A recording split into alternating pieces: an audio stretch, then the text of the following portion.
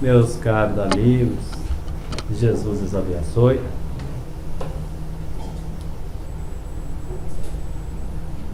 Isso, colocar. O pessoal pediu.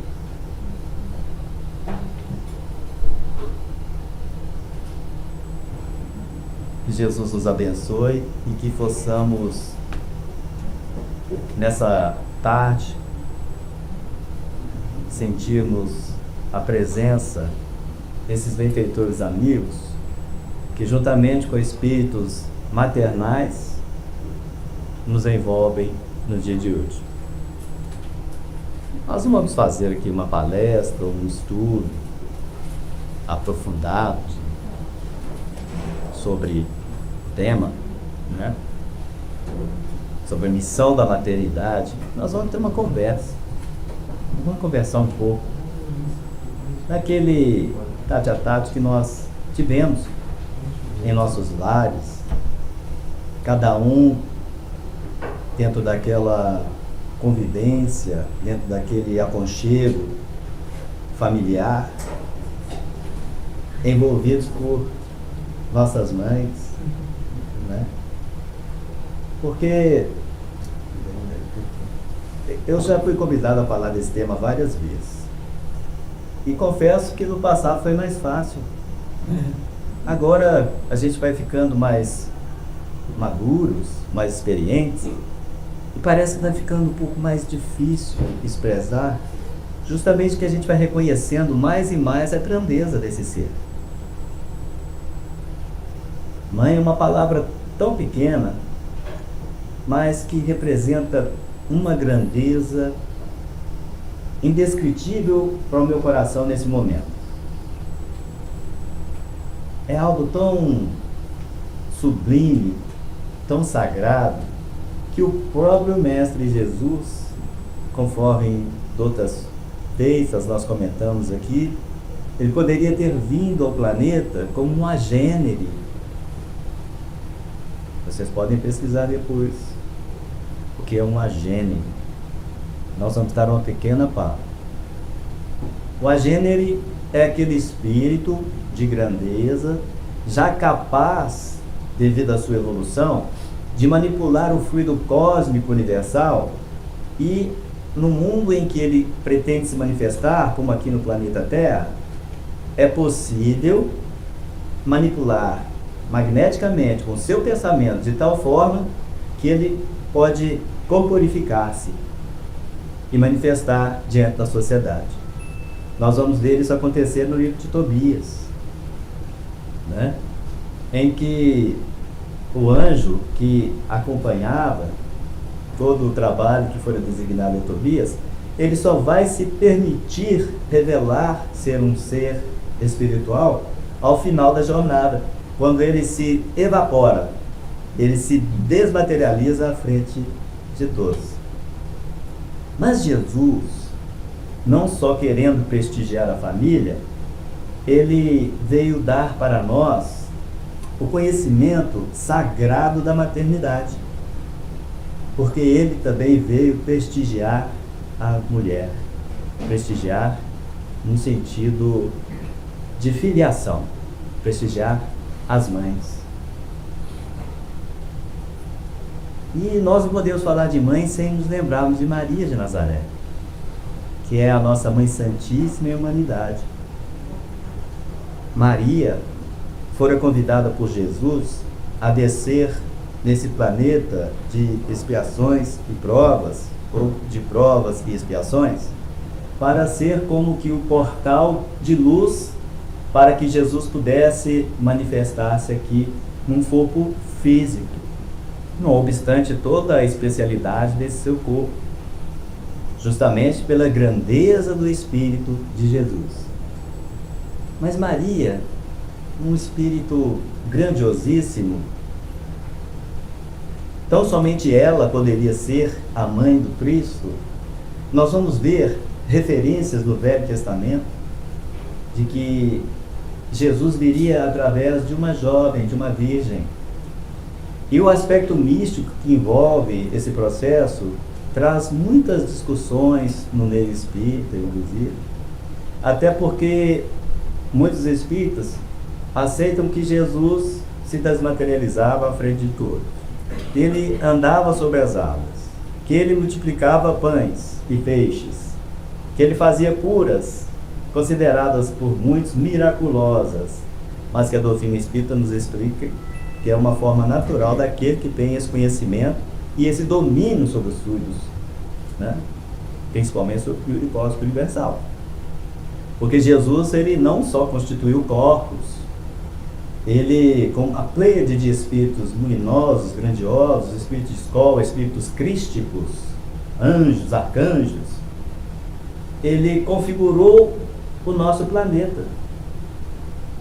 Então nós vamos compreender a grandeza desse ser.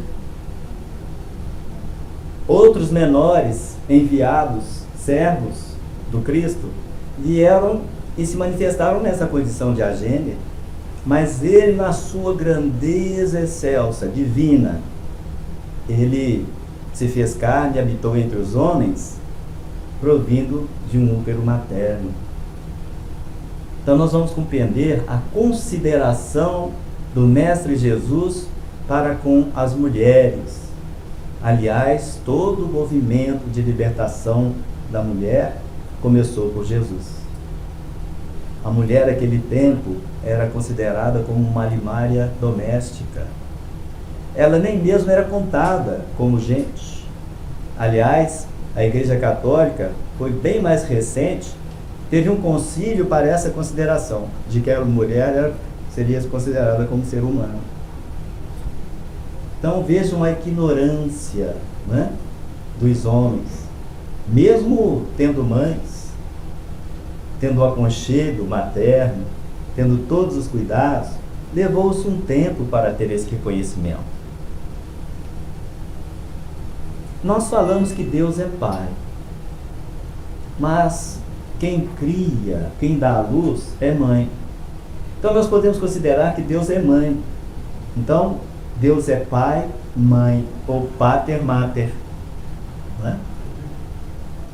Considerando este ser tão especial, mulher já é uma coisa maravilhosa, né, gente? Mulher já é uma coisa especialíssima. E na condição de mãe, a mulher praticamente sublima. É o amor mais considerável, próximo do amor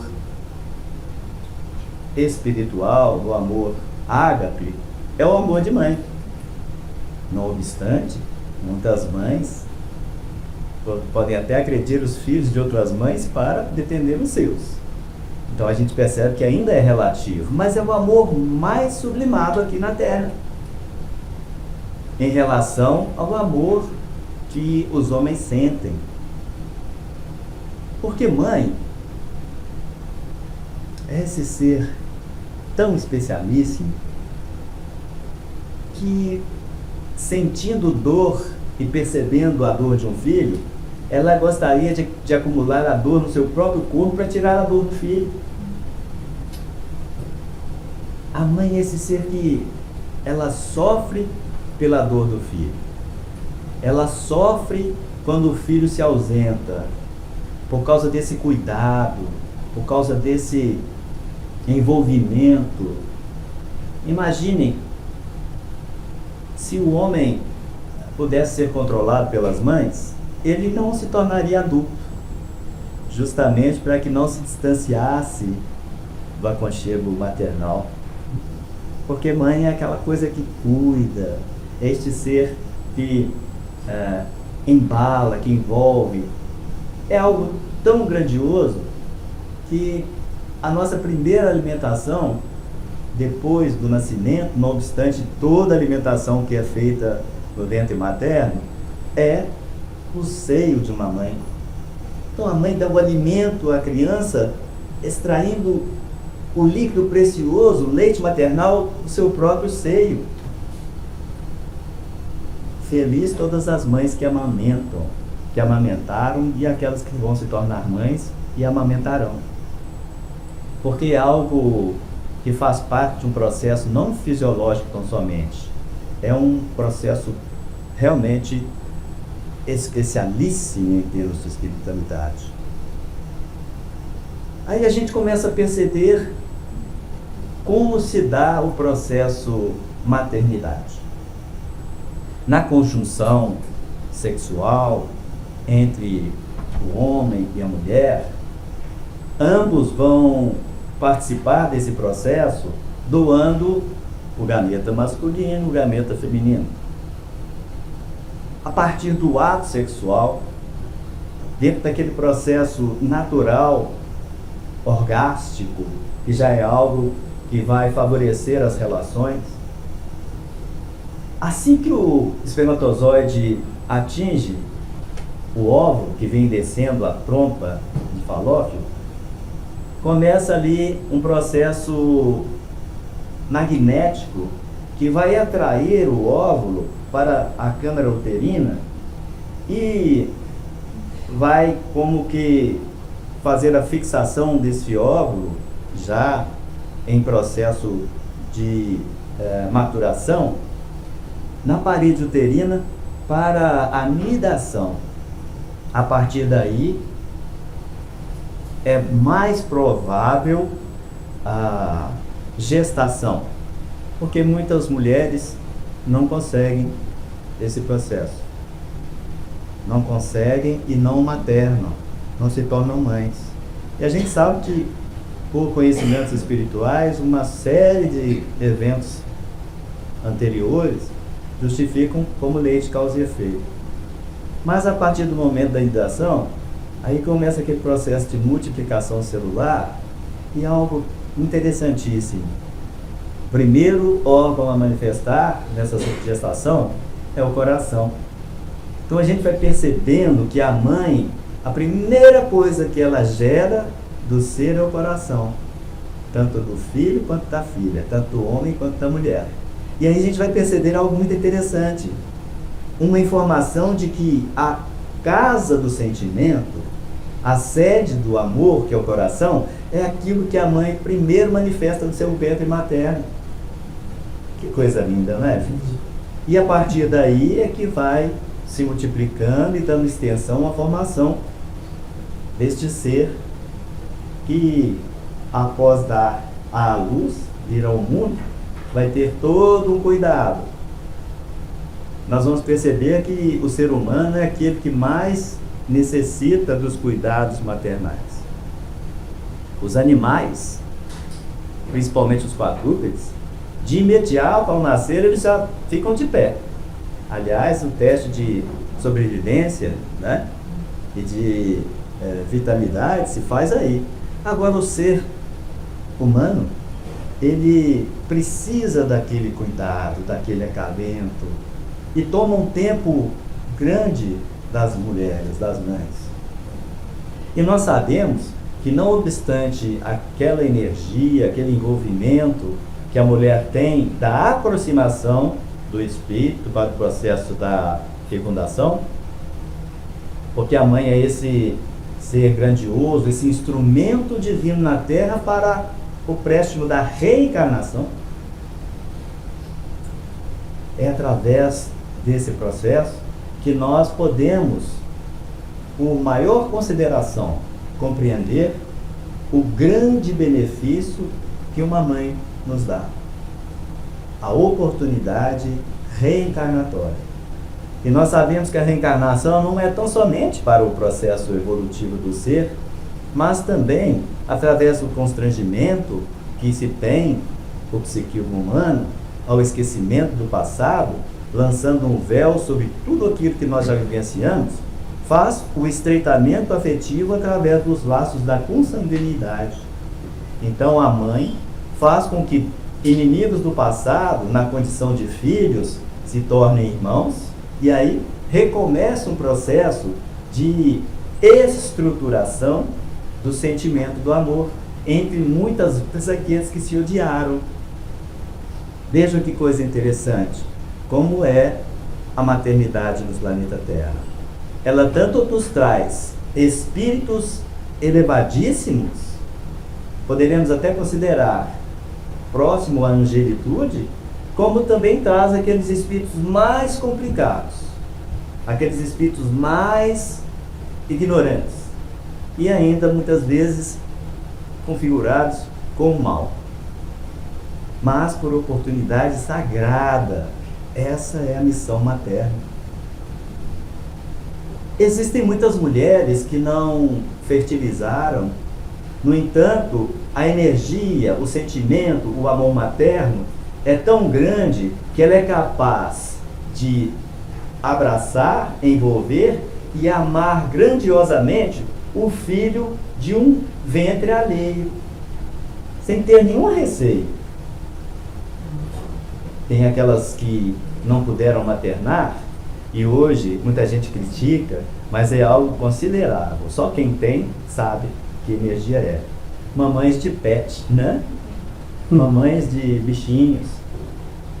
E a gente percebe que é aquele amor que envolve tanto o ser humano, que o homem, quanto mais se sensibiliza, mais ele se torna feminino, justamente por assimilar essa energia maternal.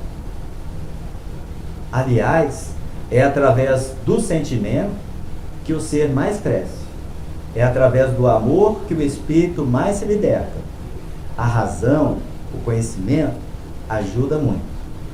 Mas, como Jesus disse a Maria de Magdala, quem ama vai à frente. E ele a liberta dizendo que ela estava livre por muito amar. Veja que coisa. Então, o homem tem certas restrições, e aí vamos dizer aí da configuração masculina dele, devido à racionalidade, devido à forma em que ele foi criado, num processo também bem especial, porque ele tem que ser ali o mantenedor, né? Ele tem que ser o provedor, ele tem que ter aquela estrutura mais rígida, mais... Embora isso tenha mudado muito, porque tem muitos pais, né, com uma energia maternal muito, muito grande, e uns até ultrapassam os limites da própria mulher, né? Mas é algo tão, tão especial. E eu vou contar para vocês experiências que eu tive com minha mãe. Minha mãe teve muita dificuldade na minha infância comigo, porque eu fui muito doente. Então, ela teve que cuidar com muito desvio. Eu dei muito trabalho. Fui muito enfermo, doentinho mesmo. E quando eu comecei a consolidar a saúde, aos 8 anos de idade, minha mãezinha manifestou o câncer. E dali até o desencarne foram 2 anos. Então, antes de completar 10 anos, minha mãezinha desencarnou. E, por incrível que pareça, foi algo tão especial que ela dizia, e eu me recordo bem. Ela falava assim: você é o presente que Papai do Céu me deu, porque eu sou do dia 4 de maio e ela é do dia 5 de maio, né? Então nós temos dessa proximidade até na data do nascimento. Então, depois que a mamãe partiu, eu tinha sempre a presença dela. Houveram fenômenos maravilhosos, mediúnicos comigo, inclusive de semi-materialização, em que o socorro dela foi preciso. E a coisa foi se diluindo, mas periodicamente eu sentia a aproximação de mamãe, inclusive eu via, né, até mesmo a forma que ela se vestia, com o vestido lindo, que nós todos gostávamos muito, o vestido floral, com os tons creme e rosa. E ela sempre se manifestava. Em determinado dia, um dia do meu aniversário, eu fazendo uma palestra no Centro Espírita, lá em Belo Horizonte, no Centro Abrigo da Luz, Bezerra de Menezes, no Barreiro. Eu estou fazendo a palestra sobre mãe. E aí... não, essa foi a segunda vez, desculpa. De repente, quando eu olho assim, minha vista como que deu aquele clarão, e quem sabe o processo daquela evidência vai entender. De repente vem mamãe, lá na frente, com um buquê de flores. E ela vem, e assim na minha frente, e o buquê se desfaz junto com ela. E a emoção foi muito grande, né? Eu tive que relatar e eu chorei e todo mundo chorou comigo. E aí passou-se o tempo, sempre tendo a presença dela, porque as mães não abandonam os filhos. Aliás, na condição de desencarnadas, elas tomam muita conta, porque elas estão mais presentes, porque quando o corpo não pode estar na condição de encarnadas, em espírito elas podem visitar com o pensamento cada um dos filhos, e muitas vezes dentro da sua grandeza, ao mesmo tempo, em lugares diferentes, por causa da viagem do pensamento. E aí, um determinado dia, era o Dia das Mães, e eu falando sobre esse tema, fui convidado, como disse, algumas vezes para falar. Acontece a mesma coisa. Lá vem mamãe. Eu falei, meu Deus, agora não vou dar conta. Novamente a emoção agora me tomou. E ela fez o mesmo gesto. Só que ela se aproximou e me beijou. E aí o coração queria sair pela boca, né? E essa presença de mamãe foi muito constante por muito tempo. Até um determinado período, já aqui em Nova York, quando mamãe desapareceu. Mamãe não manifestou mais, né? E foi justamente dentro de um período muito especial na minha vida. E eu prefiro guardar em segredo no momento. Eu sei que ela está muito próxima. Está muito próxima, né? Mas assim são as mães. Elas, por amor e por cuidado, estão sempre querendo estar junto com seus filhos. É algo tão interessante esse magnetismo, que a gente vai ver no reino animal. O amor de mãe, ele é algo tão impressionante, que ele tem aquele instinto preservado desde o reino animal. Aliás, nós sabemos que o amor começou no reino mineral, através do processo da atração. No reino vegetal, a sensibilização. No reino animal, um instinto. E na condição hominal, né, o amor, o sentimento. O sentimento que vai sublimando e se torna amor. É algo realmente muito interessante. De maneira tal que Emmanuel vai definir a maternidade como uma missão santificante, a mais elevada concessão divina na Terra, atuando como um portal da reencarnação. Então, a mãe, ela é a educadora primeira, é a primeira professora, é ela que vai, inclusive, formatar a nossa condição de comunicação. Certa feita, o Espírito me ditou um poema que eu não recordo agora, mas ele diz assim: mãe, palavra santa, última que a boca diz, na hora do aperto, o filho é o que primeiro diz, né?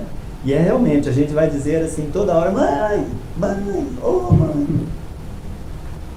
Filho, a filha, é o tempo todo. De maneira que muitas vezes a mãe fala assim: oh meu Deus, esse filho não me dá sossego. Mas se o filho dá sossego, a mãe fica já perturbada, né? Ela tem uma missão espiritual que vai além da biologia. É um trabalho sagrado de conduzir. Ela manifesta o amor, a abnegação, porque ela tem que estar presente durante 24 horas. Na primeira infância. Quando nós vamos atingindo ali a adolescência e vamos como que afastando dessa presença, o elo não se quebra. Porque mãe diz que filho dá trabalho a vida toda. Inclusive quando os filhos se tornam pais e mães, né? É o apoio na reencarnação. É a verdadeira guardiã. É como se ela recebesse um tesouro muito precioso e muito especial, muito valioso, que é o filho, e ela carrega com todo desvelo, com todo cuidado. Aí nós vamos lembrar da mãe das mães, a mãe de Jesus, como nós já introduzimos, Maria de Nazaré. Se vocês quiserem ter um conhecimento emocionante, leiam no livro Boa Nova, através das mãos cândidas de Francisco Xavier, o capítulo 30, Maria de Nazaré.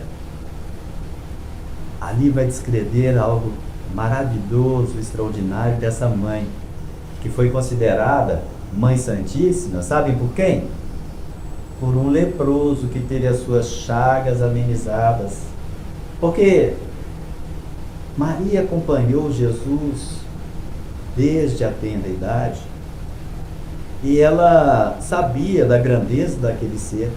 Nesse livro a gente vai compreender que desde a primeira infância ela já observava a maturidade do seu filho, inclusive que o coloque que ele tinha com João Batista, que era seu primo, inclusive 6 meses antecipada a sua vinda, nasceu João Batista, para até confirmar Malaquias, que ele viria preparar a estrada, pavimentar o caminho para a vinda do Senhor.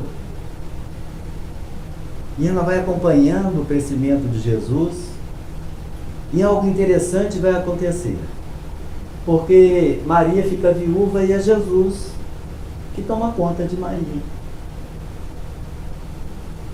Ela percebia como aquele ser era tão especial, que desde criança, ele teve um dia que ele levou um malfeitor para dentro de casa, como se fosse um irmão, e ele assim considerava. Então ele ficava muitas vezes naquelas estradas empoeiradas ali de Nazaré, oferecia água aos viajantes, conversava, orientava e já ensinava. Mas chega um momento em que Jesus já está preparando-se para o seu messianato, aproximando-se ali aos seus 30 anos, que foram 3 anos o messianato de Jesus. Durante 3 anos Jesus fez tudo isso, que o mundo inteiro fica perplexo para compreender. Como que ele fizera tanta coisa em tão pouco tempo. Nós estávamos falando ainda há pouco de Chico Xavier. Como que ele fez tanto em 75 anos de idade. Mas está acontecendo uma boda em Caná da Galileia. Maria já estava presente porque fora convidada. E Jesus também fora convidado junto com seus discípulos. Quando ele chega, o vinho tinha acabado. Naquela época eles consideravam assim algo primordial o vinho, o pão. E aí Maria chega para Jesus e diz para ele assim: meu filho, acabou o vinho. Porque ela sabia que ele ia providenciar. Mas já estava acostumado com as manifestações maravilhosas, maviosas do seu filho amado. Aí Jesus vai dizer uma coisa que muita gente incompreende. Ele vai dizer assim: mulher, o que tenho eu contigo? Ainda não é chegada a minha hora. Muita gente pensa assim: ele repreendeu Maria. Não, ele não repreendeu Maria. Ele vai trazer para ela aquela lembrança de que estava próximo, mas ainda não havia chegado o momento dele instalar na terra a boa nova. Gente, Maria antecipou esse processo, porque ele não fala mais nada e ela chega para os serviçais e fala assim: fazei tudo que ele mandar, tudo que ele pedir. Ela já sabia.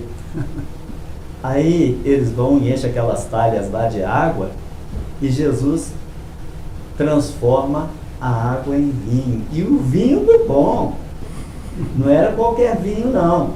Tem gente que fala que era suco de uva. Não, era vinho mesmo, de excelência, de boa qualidade. Então veja que coisa interessante. Mãe, ainda não é chegada a minha hora. E ali foi a primeira manifestação pública dos milagres de Jesus. A gente sabe que é um processo natural. Para nós é milagre, para ele não. E ele tudo pode. Aliás, ele fala: todo poder me foi dado pelo Pai entre a terra e o céu. E eles provam aquele vinho e falam assim, vem o mestre Sala, né? Olha, todo mundo serve o bom vinho primeiro. Porque quando as pessoas, aí a gente vai entender que era vinho mesmo, já estão embebedadas, aí serve o vinho ruim. Porque já não tem nem paladar de tanto se tomar vinho. E tomava-se vinho, porque eram no mínimo 3 dias, né, da festividade e o casamento naquela época. Mas vocês, com tanta sabedoria, deixaram para servir depois o vinho bom. É porque Jesus estava presente. Ele foi o provedor do vinho bom. E olha que coisa interessante. Quando ele fala, não é chegada a minha hora, a gente vai compreender. Quando a mãe pede, o filho obedece. Quando a mãe pede, o filho obedece. Que coisa especialíssima o reconhecimento de Jesus a Maria. E aí nós vamos ver Maria acompanhando toda aquela trajetória do seu filho amado, todas as coisas que ele realizava, curava cegos, pessoas sofridas, paralíticos, homens com as mãos deformadas, limpava os leprosos que estavam já em decomposição, se desintegrando. E ele restituía a saúde e aquele ser poderia se reintegrar à sociedade. Na questão da multiplicação dos pães e dos peixes, Jesus estava ali falando para mais de 5.000 almas, porque, como eu disse, só os homens eram contados. Imagine a quantidade que havia de mulher. Basta vocês observarem aqui. Tem mais mulher do que homens. Assim é em toda a assembleia de espiritualidade. E de coisas de curiosidade também. Sempre a mulher, em maior número. Então, mulheres e crianças não eram contadas. Então, Jesus multiplicou, através de 5 pães e 3 peixinhos, a alimentação para todo aquele povo que ali estava. E ainda sobrou muito. Sobejou bastante. Até para o pessoal levar marmitinha. E o tempo vai passando. Chega um momento em que Jesus vai passar pelo processo do qual ele foi preparado. Ele, na narrativa de Isaías, ele se deixou ser conduzido como um cordeirinho para o matadouro. Chegou a sua hora, chegou o seu momento, porque a partir dali ele viria provar algo ainda muito maior do que a própria reencarnação, que seria a ressurreição. Então Jesus, depois de ser aclamado em Jerusalém, sua mãe acompanhando tudo aquele processo glorioso, depois ele vai ser preso, vai ser traído por um discípulo amado, vai ser preso, vai ser vilipendiado, maltratado. Ninguém nunca suportou os maus tratos no planeta Terra que Jesus suportou. Foi um sofrimento, foi uma covardia, foi algo assim. Quem assistiu aí o filme do Mel Gibson vai perceber que ali tem muita coisa que dedigna, e foi aquilo e muito mais. Então Jesus é levado à crucificação, e mais ao final a gente vai compreender algo muito extraordinário. Mas Jesus vai acompanhando, nesse capítulo 30 do livro Boa Nova, Maria vai acompanhando todo o processo de Jesus, carregando a cruz, todo machucado, todo maltratado, até a crucificação. Imaginem, gente, as mães da terra são muito sensíveis. Imaginem um anjo, porque Maria era um anjo. Maria era uma mulher anjo, um anjo mulher. Então a sensibilidade, quanto mais evolui o espírito, mais sensível ele é. E Maria teve que acompanhar todo aquele processo, teve que ter muita renúncia, muita compreensão, porque ela sabia que o filho teria que passar por aquilo, embora ele tenha omitido por um bom tempo, somente ao final, chegado o momento que ele começou a falar com os seus discípulos, em que Maria estava presente. Ele passaria por todo aquele processo, inclusive que seria morto por processo de cruz. E a crucificação era para os espíritos mais, os bandidos, aqueles seres mais odiosos da sociedade. Foi essa a forma de sacrifício que levaram a Jesus a sofrer. Então ele foi considerado assim, ele foi muito desconsiderado, vamos dizer. pela humanidade, né, da época. Então Maria fica observando aquilo e fala: meu Deus, que meu filho amado, com tanta bondade, com tanto amor, só fez o bem, está passando por isso. Mas um refrigério tomava conta do seu coração, e ela observava até o momento em que Jesus foi retirado da cruz. Antes, porém, todos os discípulos, naquele processo da prisão de Jesus, eles ficaram covardemente apavorados e desertaram Jesus, fugiram e se esconderam.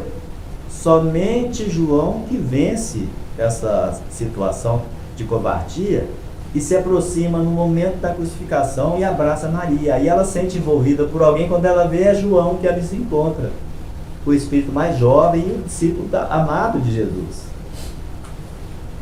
E antes que Jesus ascenda ao plano maior, através de entregar o seu corpo ao Pai, o seu espírito ao Pai, ele se volta para João e diz assim: filho, eis aí a tua mãe. Mãe, eis aí o teu filho. Nesse momento, a gente vai perceber que Jesus está oferecendo a sua mãe a um ser que representa a humanidade. Então ali a gente vai compreender que a mãe de Jesus é também a nossa mãe. É um espírito que, juntamente com Jesus, tem velado por nossa evolução. E é algo tão extraordinário que o tempo vai passando, ela sente muita saudade. Porque depois dos 40 dias, da última aparição de Jesus, ela vai ser levada por João para Éfra, e lá vai viver com ele por um tempo. Mas João tinha muitos afazeres, muito compromisso com a igreja que havia sido fundada, e Maria ficava ali só. Era uma distante de 3 léguas da cidade, a casinha em que ela morava, e todos os peregrinos que passavam por ali, já sabendo dessa criatura extraordinária que dava conselhos, que orientava e pacificava e trazia uma verdadeira panaceia de sentimento espiritual a todos os sofredores que havia aportado. Em determinado dia, um homem, um ser, na condição muito humilde, se aproxima, bate a porta, é atendido por ela, e ele diz assim: mãe, eu vim te fazer companhia. E ela começa a perceber que ele não pede nada. Todos se aproximavam pedindo alguma coisa, ele não, apenas queria se fazer presente. Até em determinado momento ele vai dizer assim: minha mãe, e estende as mãos, e ela vê ali as 2 chagas dos cravos que trespassaram suas mãos, e ela se volta para baixo e vê os pés também perfurados, e ela fala assim: meu filho, as chagas que te fizeram. Aí Jesus a abraça, envolve-a e fala assim: mãe, eu vim para te buscar, porque meu Pai quer que sejas no céu a rainha dos anjos. Então, ela chegou num patamar agora. Se Jesus é o príncipe da paz, do amor, da caridade, ele cognomina sua mãe naquele momento, por outorga do Pai, como a rainha dos anjos. Olha que grandeza de espírito, gente, que veio à Terra para fazer-se mãe, para que a gente possa compreender o processo sagrado da maternidade, que até os espíritos superiores que vêm à Terra passam por ele, justamente porque é algo sublime. E aí Maria fica aguardando até o rompimento das últimas células do corpo físico, para que possa desprender-se do corpo. Quando ela se desprende, o céu está aberto e cortejo de anjos de toda a hierarquia estão aguardando por ela, para levá-la ao mundo de grandeza que a aguardava. Maria, então, sente aquela vontade, aquela saudade de rever a Galileia, e então ela dá um pensamento e todo o impulso daquela corte eleva ela até aquela localidade em que ela de cima pode perceber que o mar da Galileia tinha a forma de um alaúde, um instrumento musical. E aí, poeticamente, vem a sua ideia que naquele instrumento Jesus cantara a sua epopeia de amor e de luz, o evangelho de redenção. Mas aí eles querem levá-la para as alturas, e mais uma vez ela pensa naqueles que já estavam passando pelo sacrifício em nome do seu Filho amado, os cristãos que já estavam sendo martirizados. Bastou um pensamento e ela já se viu ali diante daquela cidade, né, em que demonstrava os seus mármores brancos, toda aquela estrutura de grandeza daquela cidade que era a metrópole da época. Mas não era o seu interesse. Ela vai sentir as vibrações daqueles sofredores que estavam no calabouço, lá no grande círculo de Roma. E ela então adentra aqueles corredores imundos e percebe ali dezenas de criaturas que seriam naquele momento sacrificados, devorados por feras, transpassados por lançaços, esmagados por feras de grande porte. E eles todos ali contritos e muitos até amedrontados. Aí Maria se aproxima de uma moça que tem ali as faces macilentas, que demonstrava também grande sofrimento, e ela via aquela moça e envolve-a com energia e fala assim: canta, minha filha. E aquela jovem começa então a cantar e todos acompanham, e Maria se sente tranquila naquele momento e acende ao mundo glorioso. Então, nosso preito de reconhecimento e de gratidão a esse ser que representa a mãe de todos nós, Maria de Nazaré. Nós vamos ver lá em Êxodo capítulo 20, versículo 12, lá nos 10 mandamentos, Moisés trazendo a lei divina, porque essa é a lei divina. A lei de Italião não é a lei divina, é a lei dos homens, que muda de acordo com o avanço da sociedade, da humanidade, mas a lei divina não. Então, no versículo 12, desse capítulo 20 de Êxodo, nós vamos encontrar lá: honrai a vosso pai e a vossa mãe. Esse conúbio que nós dizemos que favorece a nossa chegada no planeta. Agora, honrar mãe é ter o reconhecimento e a gratidão de tantas noites mal dormidas, de tantas vezes em que a mãe estava doente e teve que superar as suas próprias dores, vencer o calor febril do seu próprio corpo para manter-se em vigilância, tomando conta de seus filhos, tomando conta da prole. A gente sabe, quem tem ali, teve a experiência de fazer trabalhos assistenciais, quando a gente no Brasil ia levar alimento a famílias carentes, a gente dava conta de que um pouco do alimento que tinha, o pai também, mas principalmente as mães, deixavam de alimentar para que não faltasse alimento a seus filhos. Então nós percebemos assim que mãe é todo o sinônimo de renúncia, de sacrifícios, de resiliência, além da abnegação, além de todo o cuidado, de todo o carinho, de todo o devotamento, porque é uma devoção à condição maternal, né? Algo muito interessante para que nós possamos considerar o que Jesus tinha por sentimento junto à maternidade. Antes desse processo todo que nós narramos aqui, sofrimento que o levou à crucificação, ele peregrinava por toda a região da Galileia, da Judéia, né? Não foi muito longe, como dizia a música do Antônio Marcos, quem se lembra? Ele não foi muito longe de sua cidade, não cursou nenhuma faculdade, mas na vida ele foi doutor.